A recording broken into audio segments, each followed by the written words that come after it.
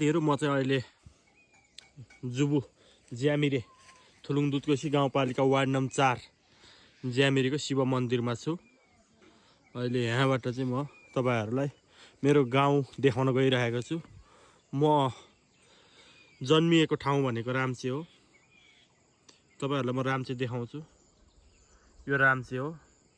म जन्मिएको घर चाहिँ यो बिचको सानो घर हो। यो बिचको सानो घर हो। अब यो घरहरु जम्मै खाली छ, अहिले मान्छे छैनन्। अब यो पारिपट्टिको भनेको सिरवानी हो। सिरवानीको माथिको यो सिरवानी हो। यो देखिहाल्नुभयो। अब परतिर हेर्नुस् पस्कु। अब तपाईहरुलाई मैले पस्कु परको डिल देखाउन गइरहेको छु। फेरि परको डिल पस्कु हो। यो पस्कु हेर्नुस्।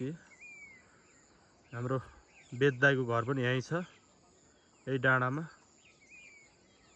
छ बेददाईको घर। पर त्यो डाँडाको तपाईहरु देखिहाल्नुहुन्छ। अब मेरो घर भनेको बनगाउँमा छ। फेरि माथि उहाँ उ माथि त्यो डाँडामा यो बनगाउँ। यहाँ यस्तो हेर्नु है हाम्रो देख्छ कि देख्दैन। हाम्रो अङ्क सरको घर चाहिँ देख्ने रहेछ। ए अङ्क सरको घर त होइन रहेछ। यो घर अङ्क सरको होइन रहेछ। यही भित्तामा छ हाम्रो घर। यो घरको माथिल्लोपट्टि भित्तामा एउटा सानो घर हो। अलि देख्छ।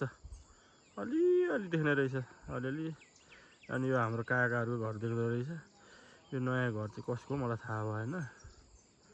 अनि यो मास्तिर माथिल्लो टोल तल्लो टोल यो खोइ अब भन्छ।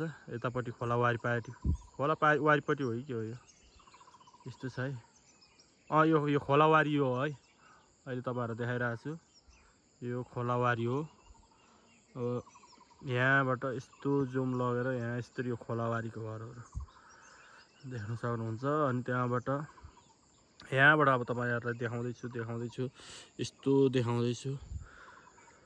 यो पारिपट्टि तपाईहरु हाम्रो थुलुङ दुधकोशी गाउँपालिकाको मुक्ली हाम्रो कार्यालय गाउँपालिका कार्यालय मुक्लीमा छ। यो हात्ती ढुङ्गा यो कोशी पारिपट्टि पर्छ। दुधकोशी पारिपट्टि यो तल देखिरहनु भएको छ। यो दुधकोशी हो। यो दुधकोशी छ। यो माथि हिमालयबाट आउने दुधकोशी हो। अनि यो हात्ती ढुङ्गा सरर हात्ती ढुङ्गा हेर्नुस्। यो हात्ती ढुङ्गा हो।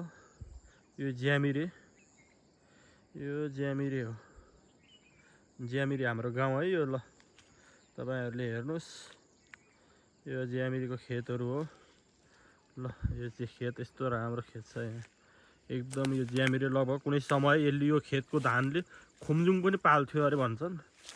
यो जुबुको पुरै समग्र भनौँ न राम्चे ज्यामिरे गुरुङ गाउँको धानले खुम्जुङका शेर्पाहरू पनि कुनै समय पालिएको थिए भन्ने एउटा भनाइ छ। किनभने यहाँबाट चाहिँ पहिले मान्छेले चामल बोकेर उहाँ नाम्चे लगेर खुम्जुङमा लगेर बेच्थे। यति धान हुन्छ यहाँ, धेरै धान हुन्छ। एक कमाइ हो धान चाहिँ। हाम्रो यो भेसे मामाको घर हो। यो चाहिँ हाम्रो भेसे मामाको घर। अनि यता यहाँ मामाको घर छ मेरो। अनि यो शिव मन्दिर। अनि यो माथितिर हाम्रो यहाँ गुरुङ बस्तीहरू छन्। यस्तो छ ल हेर्नुस्।